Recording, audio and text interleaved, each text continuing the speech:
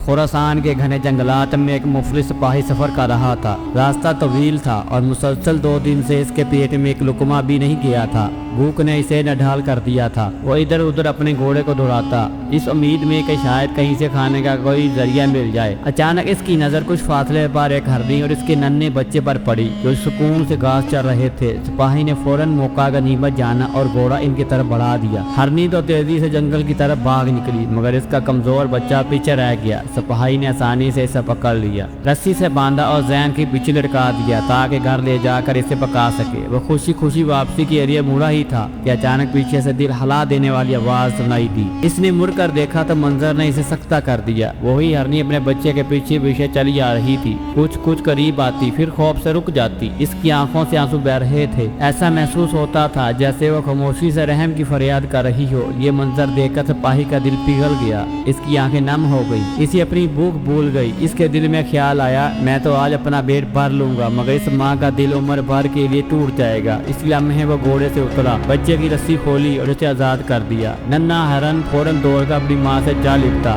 ماں اسے بے اختیار چاٹنے لگی جیسے اپنی خوشی اور سکون کا اظہار کر رہی ہو۔ پھر جانے سے پہلے اس نے پلٹ کر سپاہی کی طرف دیکھا، اس کی آنکھوں میں ایک عجیب سی چمک تھی جیسے وہ آسمان کی طرف دیکھ کر اس شخص کے لیے دعا کر رہی ہو۔ سپاہی اس دن بھوکا ہی گھر لوٹا اور خالی پیٹ سو گیا۔ اسی رات اسے خواب میں حضور نبی کریم صلی اللہ علیہ وسلم کی زیارت نصیب ہوئی۔ یا بعض روایات کے مطابق ایک بزرگ ہستی نے اسے بشارت دی۔ اس سے بتایا گیا اے سبتگین، آج تم نے ایک بے زبان ماں پر رحم کیا اور اس کی ممتا کی لاج رکھی۔ اللہ کو تمہارا یہ عمل اتنا پسند آیا ہے کہ اس نے تمہارے نصیب میں سلطنت لکھ دی ہے۔ وقت نے ثابت کیا کہ وہ معمولی سپاہی واقع سلطان نصر الدین سبتگین بنا اور ایک عظیم سلطنت کی بنیاد رکھی۔ یہ واقعہ ہمیں یہ سبق دیتا ہے کہ ہم اکثر بڑی بڑی نیکیوں کی تلاش میں رہتے ہیں جبکہ اللہ کی رضا کبھی کسی چھوٹے سے عمل میں پوشیدہ ہوتی ہے۔ رحم دلی اختیار کریں، چاہے معاملہ ایک بے زبان جانور ہی کا ہی کیوں نہ ہو۔